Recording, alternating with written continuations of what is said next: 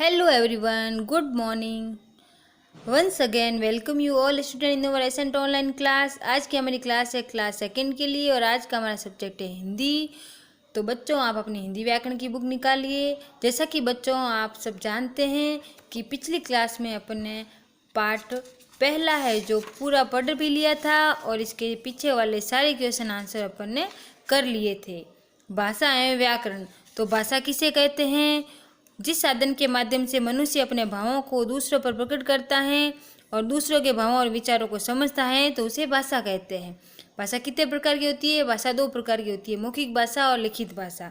ठीक है बच्चों। और फिर व्याकरण के बारे में पढ़ा था। जिस विधि से हम भाषा को शुद्ध बोलना, लिखना, पढ़ना सीखते हैं तो उसे व्याकरण कहते हैं। तो ये अध्याय अपन पूरा कर चुके हैं और इसके पीछे वाले सारे क्वेश्चन आंसर अपन पढ़ चुके हैं। तो बच्चों मुझे लगता है कि आपको कोई तकलीफ नहीं हो रही होगी क्योंकि सारे क्वेश्चन के आंसर भी मैं आपको बता रही हूँ। तो आप अपनी फेयर कॉपी में नीट एंड क्लीन राइटिंग में होमवर्क करना। ठीक है बच्चों। तो आज हम दूसरा पार्ट पढ़ेंगे। दूसरा पार्ट का क्या नाम है? वर्ण विचार। पेज नंबर 9 पर हम किसी से अपने मन की बात एवं विचारों को दो तरह से कह या बता सकते हैं। वो तो आपने पिछले अध्याय में पढ़ा है, आपको पता है कि बोल कर भी और लिख कर भी। तो बोल कर के बताने को क्या कहते हैं? मौखिक भाषा। और लिख कर बताने को क्या कहते हैं? लिखित भाषा। लिखने के लिए जिन ध्वनि चिन्हों का प्रयोग किया जाता है उसे वर्ण कहते हैं। वर्ण किसे कहते हैं? लिखने के लिए जिन ध्वनि चिन्हों का प्रयोग किया जाता है उसे वर्ण कहते हैं। उदाहरण के लिए देखो, ये तो मैंने बोलकर बोल दिया कि ये सलजम है, पर अब इसको लिखेंगे कैसे? स धन ल धन ज धन म। तो ये स ल ज म। ये के किसका फोटो है? कलम का। तो क धन ल धन म क ल म। ये किसका है? कलश का। क धन ल धन स क ल स। तो वर्ण के भेद। वर्ण कितने प्रकार के होते हैं? वर्ण दो प्रकार के होते हैं, स्वर और व्यंजन। स्वर, जिन वर्णों का उच्चारण बिना किसी ध्वनि की मदद से किया जा सकता है उन्हें स्वर कहते हैं। हिंदी में 11 स्वर होते हैं।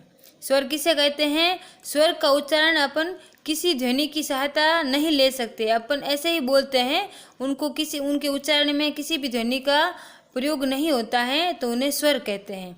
हिंदी में 11 स्वर होते हैं, जैसे अ, आ, ई, उ, री, ए, ऐ, ओ, औ। तो ये कितने स्वर हैं? 11। कौन कौन से? एक बार वापस बोलो मेरे साथ। अ, आ, ई, उ, री, ए, ऐ, ओ, औ। तो ठीक है बच्चों, आज अपन यहाँ तक ही पाठ पढ़ेंगे और आज का आपका होमवर्क। तो बच्चों प्रश्न कार्य, आज आपको क्वेश्चन नंबर 1 और क्वेश्चन नंबर 2 ये दोनों आज आपको होमवर्क में करने हैं। सही उत्तर के सामने सही का चिन्ह लगाइए।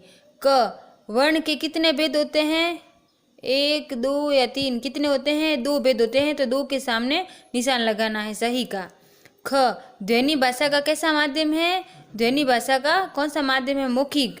तो मौखिक के सामने राइट का निशान लगाना है। ग, वर्णों के क्रमबद्ध समूह को क्या कहते हैं? वर्णों के क्रमबद्ध समूह को वर्णमाला कहते हैं। तो फर्स्ट वाला ऑप्शन सही है, तो इसके आगे निशान लगाए। तो क्वेश्चन नंबर 1 हो गया। अब क्वेश्चन नंबर 2, निम्नलिखित वाक्य में सही उत्तर पर गोला लगाइए। गोला कैसे लगाना है? देखो, क, हिंदी में कितने स्वर होते हैं? 11। तो 11 पे गोला बना दिया। हिंदी में व्यंजन कितने होते हैं? 33। तो 33 पे गोला बना दिया। ग, निश्चित क्रम में आए वर्णों के समूह को अक्षर, शब्द, वर्णमाला क्या कहा जाता है?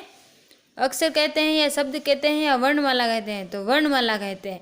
तो वर्णमाला पर गोला बना दिया। तो बच्चों आज का आपका फर्स्ट और सेकंड क्वेश्चन होमवर्क है, तो अपनी फेयर बुक में करना। ठीक है बच्चों, थैंक यू।